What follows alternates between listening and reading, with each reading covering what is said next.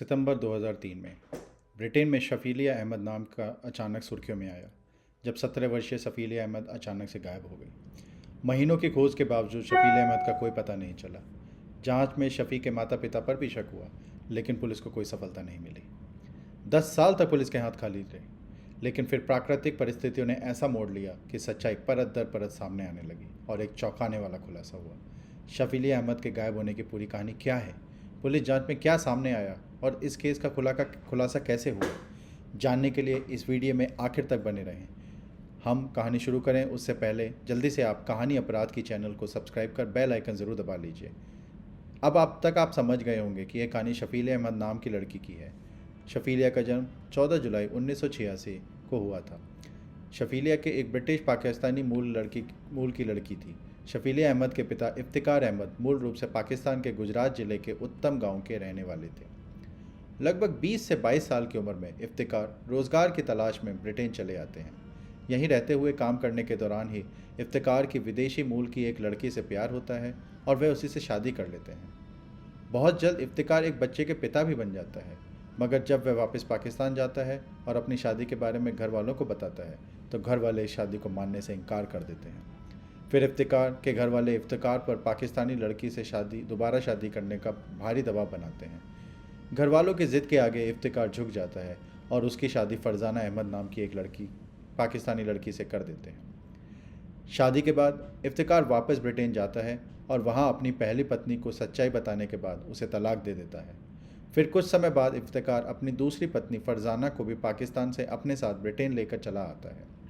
Britain आने के बाद इफ्तिकार अपनी पत्नी के साथ ब्रैडफोर्ड वेस्ट यॉर्कशायर में रहने लगता है। यहीं रहते हुए 14 जुलाई 1986 को शफीलिया अहमद का जन्म होता है।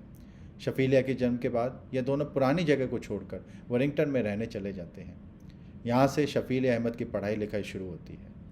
इसी बीच इफ्तिकार का परिवार भी बड़ा होता है और घर में 2 और बेटियों का जन्म होता है। वैसे तो यह परिवार ब्रिटेन में ही रहता है, मगर छुट्टियों के दिनों में अक्सर इफ्तिकार अपने सभी बच्चों और पत्नी को लेकर पाकिस्तान अपने घर आता था। बात 2003 की है। अब तक शफीलिया अहमद की उम्र 17 साल हो चुकी है और वह कानून की पढ़ाई कर रही है। उसका सपना वकील बनने का था। जब शफीलिया और उसके दूसरे बच्चों की छुट्टी होती है तो 18 फरवरी 2003 को शफीलिया अपने परिवार वालों के साथ पाकिस्तान वापस आती है। पाकिस्तान ट्रिप के दौरान यह परिवार एक पारिवारिक शादी समारोह में भी शामिल होता है। इस शादी के कुछ ही दिनों बाद शफीलिया अहमद के साथ एक बहुत बड़ा हादसा हो जाता है। दरअसल वह गलती से फ़िनाइल पी लेती है। इस कारण उसका पूरा गला पूरी तरीके से जल जाता है। शुरू में कहा जाता है कि शफीलिया अहमद पर उसके माता पिता ने एक पाकिस्तानी लड़की से शादी करने का दबाव बनाया था। इसी कारण जान देने के लिए शफीलिया ने फ़िनाइल पी ली। मगर बाद में माता पिता दावा करते हैं कि दरअसल जिस बोतल में अमूमन पानी रखा जाता है, उसी एक पुरानी बोतल में घर की सफाई के लिए किसी ने फ़िनाइल रख दी थी। रात के अंधेरे में शफीलिया को समझ नहीं आता है और वह फ़िनाइल है और वह पानी समझकर उसे पी लेती है। इस गलती की वजह से शफीलिया अहमद को बहुत तकलीफ़ उठानी पड़ती है। उसे पाकिस्तान में ही एक अस्पताल में भर्ती करवाया जाता है। क्योंकि शफीलिया अहमद की इंजरी बहुत ज़्यादा थी, इसलिए इतने लंबे तक अस्पताल में रहना पड़ता है। इस बीच परिवार के दूसरे सदस्यों की छुट्टियां ख़त्म हो जाती हैं और वापसी का दिन करीब आ जाता है। इसी कारण इफ्तिकार अपने 2 बच्चों और पत्नी को लेकर वापस ब्रिटेन चले आते हैं, जबकि शफीलिया अहमद इलाज के लिए पाकिस्तान में ही रुकी रहती है। हालांकि कुछ ही दिनों बाद इफ्तिकार शफीलिया अहमद को भी वापसी का इंतज़ाम करते हैं और फिर 27 मई 2003 को शफीलिया वापस ब्रिटेन आ जाती है। यहाँ एयरपोर्ट से ही एम्बुलेंस के ज़रिए शफीलिया को सीधे इलाज के लिए एक अस्पताल में एडमिट करवा दिया जाता है। कई महीनों के इलाज के बाद शफीलिया अहमद का गला काफ़ी हद तक ठीक हो जाता है और वह फिर से कॉलेज ज्वाइन कर लेती है। पढ़ाई के साथ साथ पार्ट टाइम जॉब भी शुरू कर देती है। यहाँ तक शफीलिया अहमद को कोई जानता भी नहीं था, मगर 18 सितंबर 2003 को शफीलिया अहमद को एक कॉलेज टीचर नोटिस करते हैं और पिछले 1 हफ्ते से शफीलिया अहमद कॉलेज नहीं आ रही है। शफीलिया अहमद को फ़ोन करने की भी कोशिश की जाती है, मगर उसे कांटेक्ट नहीं हो पाता है। इस बारे में जब शफीलिया के माता पिता से पूछा जाता है तो वह लोग भी बताते हैं कि शफीलिया अहमद पिछले 1 हफ्ते से घर नहीं आई है। बेटी 1 हफ्ते से घर से गायब है और इस बारे में माता पिता ने अब तक पुलिस में कंप्लेंट दर्ज नहीं करवाई थी। इस कारण शफीलिया के टीचर को सब कुछ नॉर्मल नहीं लगता है और वह तुरंत पुलिस को इस बात की जानकारी दे देते हैं। मामला दर्ज कराने करते ही पुलिस की एक टीम जांच पड़ताल के लिए शफीले के घर आती है और माता पिता से ही पूछताछ की शुरुआत होती है। शफील अहमद के माता पिता बताते हैं कि 11 सितंबर 2003 को आखिरी बार उन्होंने शफील अहमद को अपने घर देखा था। उसके बाद से वह नज़र नहीं आई है। इस पर पुलिस वाले कहते हैं कि जब आपकी बेटी एक हफ्ते से गायब है तो अब तक पुलिस में शिकायत दर्ज क्यों नहीं करवाई। इस पर शफील अहमद के माता पिता जवाब देते हैं कि ऐसा पहली बार नहीं हुआ है कि शफीलिया घर से गायब हुई है, बल्कि ऐसा पहले भी कई बार बहुत हो चुका है। इस बात की पुष्टि के लिए जब पुलिस रिकॉर्ड की जांच करती है तो पता चलता है कि वास्तव में पहले भी शफीलिया कई बार घर से गायब हो चुकी है। पहली बार तो जब शफीलिया अहमद की उम्र महज 12 साल की थी, तभी वह 10 मार्च 1998 को अपनी छोटी बहन के साथ घर से गायब हो गई थी। शफीलिया के माता पिता ने दोनों बहनों को मिसिंग रिपोर्ट भी तब पुलिस में दर्ज कराई थी। हालांकि तब शफीलिया शाम होते होते घर वापस आ गई थी। रिकॉर्ड्स के मुताबिक दूसरी बार शफील अहमद 25 नवंबर 2002 को घर से भाग गई थी। तब भी इफ्तिकार अहमद ने अपनी बेटी की मिसिंग रिपोर्ट दर्ज करवाते हैं। काफ़ी खोजबीन के बाद पुलिस को शफील अहमद एक पार्क में बैठी हुई मिलती है। पुलिस रिकॉर्ड्स के मुताबिक तीसरी बार शफील अहमद 3 फरवरी 2003 को अपने एक दोस्त के साथ घर छोड़कर भागी थी। इस बार शफील अहमद 2 दिनों तक घर वापस नहीं आती है और फिर 5 फरवरी 2003 को शफील अहमद अनाथ लोगों के लिए बनाए गए सेफ हाउस में चली जाती है। वहां जाकर अपने माता पिता के खिलाफ घरेलू हिंसा और मानसिक उत्पीड़न की रिपोर्ट दर्ज करवाती है। रिपोर्ट दर्ज होने के बाद पुलिस वाले शफील अहमद और उसके माता पिता से बात करते हैं और फिर सब कुछ क्लियर होने के बाद शफील अहमद वापस अपने पिता के घर चली जाती है। इसी के बाद 18 फरवरी 2003 को शफील अहमद अपने 2 बहनों और माता पिता के साथ फैमिली फंक्शन के लिए पाकिस्तान जाती है और वहां से वापस आने के कुछ दिनों बाद ही गायब हो जाती है।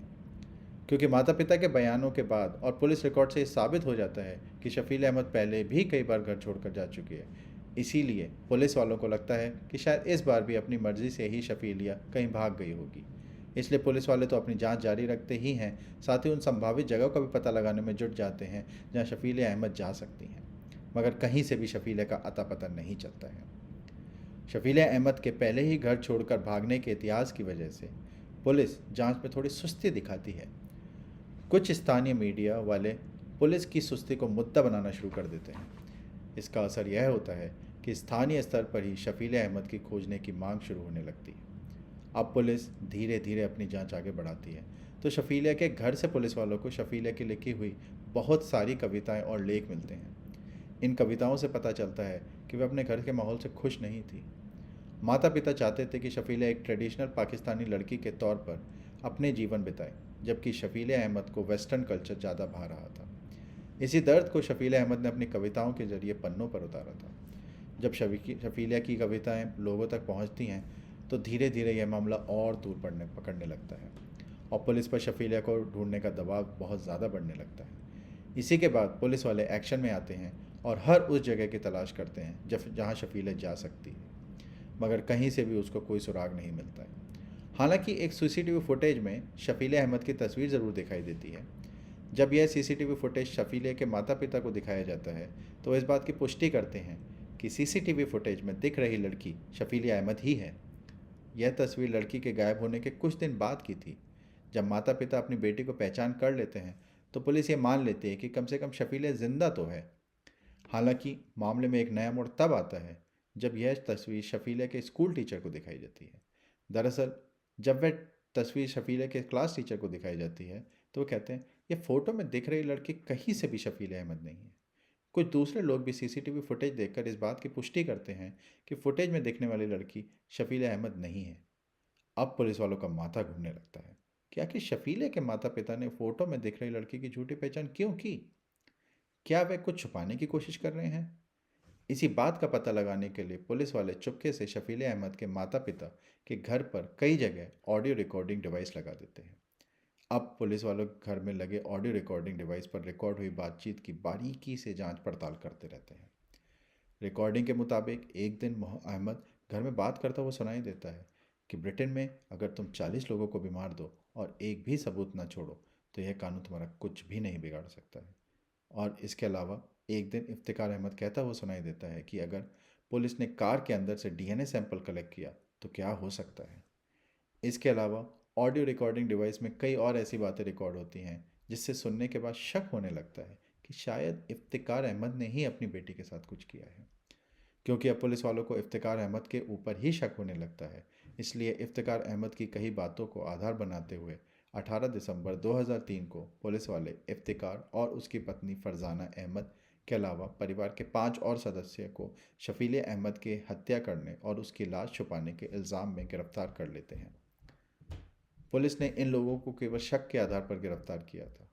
पुलिस को उम्मीद थी कि जांच पड़ताल के दौरान इन लोगों के खिलाफ कोई ना कोई सबूत पुलिस निकाल ही लेगी, मगर पुलिस को गिरफ्तार किए गए किसी भी शख्स के खिलाफ कोई सबूत नहीं मिलता है और आखिरकार गिरफ्तार किए गए सभी लोगों को पुलिस को कुछ ही दिन के बाद रिहा करना पड़ता है। अब 2003 से साल बदल कर हो चुका है 2004। शफील अहमद के मामले में पुलिस के हाथ अब तक खाली ही थे। पुलिस शफील अहमद को खोजने की कोशिश में जुटी हुई थी कि इसी बीच ब्रिटेन के सेडविक कमिया इलाके से रहने वाली मशहूर कैंट नदी में ज़बरदस्त बाढ़ आ जाती है और जब बाढ़ का पानी उतरता है तो इलाके में राहत बचाव के काम में लगे 3 लोगों को इस नदी के किनारे एक लड़की की सड़ी गली लाश मिलती है। जिस जगह पर लाश मिली थी और जहां से शफील अहमद गायब हुई थी वह दोनों जगह काफ़ी दूरी पर थी। फिर भी पुलिस वालों को शक होता है कि कहीं यह शफील अहमद का तो नहीं है शव। इसी बात की पुष्टि के लिए डेड बॉडी से डीएनए सैंपल कलेक्ट किए जाते हैं और फिर उसका मिलान इफ्तिकार और फरजाना के डीएनए सैंपल से किया जाता है। सब उस वक्त चौंक जाते हैं जब बाढ़ में बहकर आई लाश और इफ्तिकार अहमद के डीएनए सैंपल मैच कर जाते हैं। इसका मतलब था कि नदी से बहकर आई वह लाश किसी और की नहीं बल्कि शफील अहमद की थी। मतलब कि जिस शफील अहमद की तलाश में पुलिस लगी हुई थी वह अब एक मुर्दे के रूप में पुलिस तक आ चुकी थी। अब पुलिस के सामने सबसे बड़ा सवाल यह था कि आखिर शफील अहमद की हत्या किसने की और क्यों की। शफील अहमद के माता पिता के बयान और हरकतों से पहले भी उन पर शक हुआ था और 2003 में भी इन दोनों को गिरफ्तार किया गया था। इसलिए एक बार फिर से इन दोनों से पूछताछ की जाती है और एक बार फिर से इन्हें गिरफ्तार किया जाता है। मामले की सुनवाई भी होती है मगर इन दोनों पर कोई आरोप सिद्ध नहीं हो पाता है और फिर से इन्हें रिहा करना पड़ता है। पुलिस वाले कुछ और सस्पेक्ट को हिरासत में लेते हैं और उन सभी के खिलाफ भी मामला दर्ज कराते हुए जांच आगे बढ़ाई जाती है, मगर काफ़ी कोशिशों के बाद भी पुलिस कातिल तक नहीं पहुंच पाती है। इस तरह समय बीतता जाता है लेकिन शफील अहमद के कातिलों का कहीं भी पता नहीं लगता है और धीरे धीरे लोग शफील अहमद को भी भुलाने लगते हैं और इस केस की चर्चा भी बंद होने लगती है। शफील अहमद 2003 में गायब हुई थी और अब आ चुका था साल 2010। शफील अहमद की मृत्यु को अब 7 साल हो चुके थे। इफ्तिकार अहमद भी अपने काम में लगे हुए थे और बची हुई दोनों बेटियां भी पढ़ाई लिखाई में लगी हुई थीं। परिवार बड़ी बेटी के खोने के गम से लगभग उबर चुका था और सभी अपने अपने नॉर्मल लाइफ में वापस आ चुके थे। तभी 25 अगस्त 2010 को इफ्तिकार अहमद के घर पर बड़ी चोरी होती है। अब तक इफ्तिकार अहमद का परिवार इलाके में अपनी बेटी के गायब होने की वजह से काफ़ी मशहूर हो चुका था। इस कारण जब इस घर में चोरी की वारदात होती है तो यह खबर भी अखबारों की सुर्खियां बनने लगती हैं और एक बार फिर से पुलिस पर भारी दबाव आ जाता है। पुलिस वाले भी ईमानदारी से काम करते हुए जल्द से जल्द चोर की तलाश में लग जाते हैं। कई दिनों की मेहनत के बाद पुलिस वाले एक ऐसा खुलासा करते हैं जिससे हर कोई स्तब्ध रह जाता है। पुलिस वाले घर में चोरी के आरोप में किसी और को नहीं बल्कि इफ्तिकार अहमद की बेटी अलीशा अहमद को ही गिरफ्तार करते हैं। अलीशा शफ़ी की छोटी बहन थी। अलीशा के मुताबिक घर से उसे उतने पैसे नहीं मिलते थे जितने पैसे वह मांगती थी। इसी कारण उसने अपने पिता के घर पर चोरी करवाई। पुलिस ने चोरी वाले केस को तो बहुत जल्दी सॉल्व कर लिया था, मगर पुलिस वालों को यह मौका नज़र आता है कि अब वह एक बार फिर से कई साल पहले गायब हुई शफीलिया वाली फ़ाइल को खोलते हैं और अलीशा से उसकी बहन शफीलिया के बारे में बातचीत करना शुरू करते हैं। शुरुआती बातचीत में ही पुलिस वालों को लगता है कि अलीशा शफीलिया के गायब होने के बारे में कुछ ऐसा जानती है जिससे दुनिया अब तक बेखबर है। पुलिस वाले अलीशा से शफील अहमद के बारे में बताने की ज़िद करते हैं, मगर अलीशा बिल्कुल खामोश रहती है। और फिर यहाँ पुलिस वाले अलीशा को कहते हैं कि तुमने अपने ही घर में चोरी करवाई है, इसके लिए तुम लंबी जेल जा सकती हो, लेकिन अगर तुम शफीले के बारे में कुछ ऐसा बताओ जो अब तक कोई नहीं जानता है तो तुम्हारी सज़ा काफ़ी कम हो सकती है। और इसके बाद अलीशा जो खुलासा करती है उसे सुनकर हर किसी के पैरों तले ज़मीन खिसक जाती है। अलीशा बताती है कि उसकी बहन शफील अहमद को किसी और ने नहीं बल्कि उसके पिता इफ्तिकार और माँ फरजाना अहमद ने ही हम सभी बहनों के सामने मारा था और फिर उसकी लाश को अपनी कार में रखकर दूर जंगल में फेंक दिया था। मगर बाढ़ की वजह से लाश बहकर जंगल से नदी के किनारे आ गई थी। अलीशिया के मुताबिक इफ्तिकार और फरजाना को अपनी बेटी का मॉडर्न लाइफस्टाइल बिल्कुल भी पसंद नहीं था, और इसके अलावा शफीलिया किसी लड़के से भी प्यार करने लगी थी। अब यह बात भी इफ्तिकार और फरजाना को पसंद नहीं आती है, और इसी बात के लिए वह दोनों रोज़ रोज़ शफील अहमद को टोकते रहते हैं। इसके अलावा जब शफील अहमद को एक लड़के से दोस्ती की बात सामने आती है, इफ्तिकार और फरजाना अब जल्द से जल्द शफीला की शादी अपने पसंद के लड़के से करवाने की कोशिश में लग जाते हैं। जब यह परिवार 2003 में एक फैमिली फंक्शन के लिए पाकिस्तान जाता है, तो वहाँ एक लड़के से ज़बरदस्ती शफीला की शादी करवाने की कोशिश की जाती है, मगर शफीलिया अहमद को शादी करने से मना कर देती है और इसी से बचने के लिए फ़िनाइल पी लेती है। इस कारण उसकी तबीयत खराब हो जाती है और उसकी शादी टल जाती है। जब शफीलिया वापस ब्रिटेन आती है, तो यहाँ भी उसके परिवार वाले अपनी पसंद के लड़के से शादी करवाने की ज़िद करने लगते हैं। जब शफीलिया इस शादी के लिए मना करती है, तो उसके पिता को गुस्सा आ जाता है और वह पहले तो शफीलिया को गुस्से से मारते हैं और फिर पॉलीथीन बैग में उसका मुंह ढक देते हैं। इस कारण दम घुटने की वजह से शफीलिया अहमद की मौत हो जाती है। इस खुलासे के तुरंत बाद अलीशा शफील अहमद वाले मामले में सरकारी गवाह बन जाती है।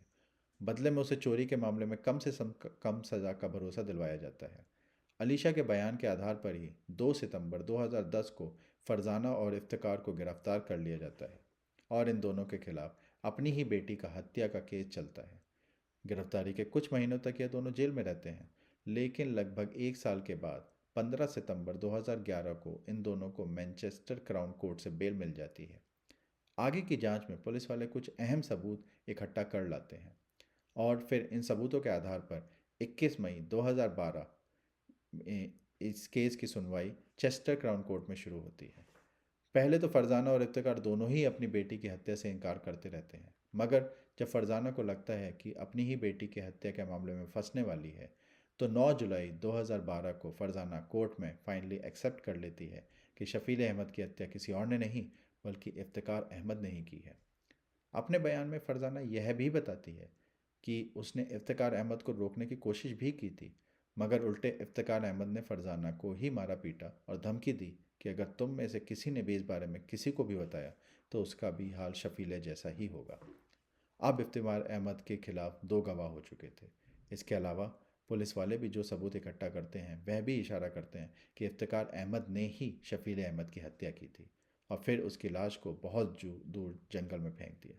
मगर इत्तेफाक से उस इलाके में बाढ़ आ गई, और बाढ़ के पानी के साथ शफीले की लाश बहते हुए खुद ही नदी के किनारे पहुंच गई। फाइनली लंबी सुनवाई के बाद अगस्त 2012 में फरजाना और इफ्तिकार को अपनी ही बेटी की हत्या और हत्या के बाद लाश गायब करने का दोषी पाया जाता है, और इन दोनों को 252 साल की सज़ा सुनाई जाती है। कोर्ट में यह भी साबित होता है कि एक ऑनर किलिंग कोर्ट के इस फैसले के बाद हर साल शफील अहमद की याद में 14 जुलाई को, यानी शफील अहमद के जन्मदिन पर, national day of memory for victims of honour killing भी मनाई जाती है। दोस्तों, यह पूरी कहानी के जानने के बाद आप क्या कहेंगे, कमेंट बॉक्स में ज़रूर बताएं। अगर आपको हमारी मेहनत पसंद आई हो, तो इस वीडियो को लाइक करते हुए शेयर भी करें। अगर आपने अब तक इस चैनल को सब्सक्राइब नहीं किया है, तो जल्दी से चैनल को सब्सक्राइब करने के बाद लेटेस्ट वीडियो के लिए बेल आइकन भी ज़रूर दबा लें। अपराध की कहानियों से जुड़ी ऐसी हैरान करने देने वाली कहानियों के लिए हमारे साथ लगातार जुड़े रहें। आपका बहुत बहुत धन्यवाद।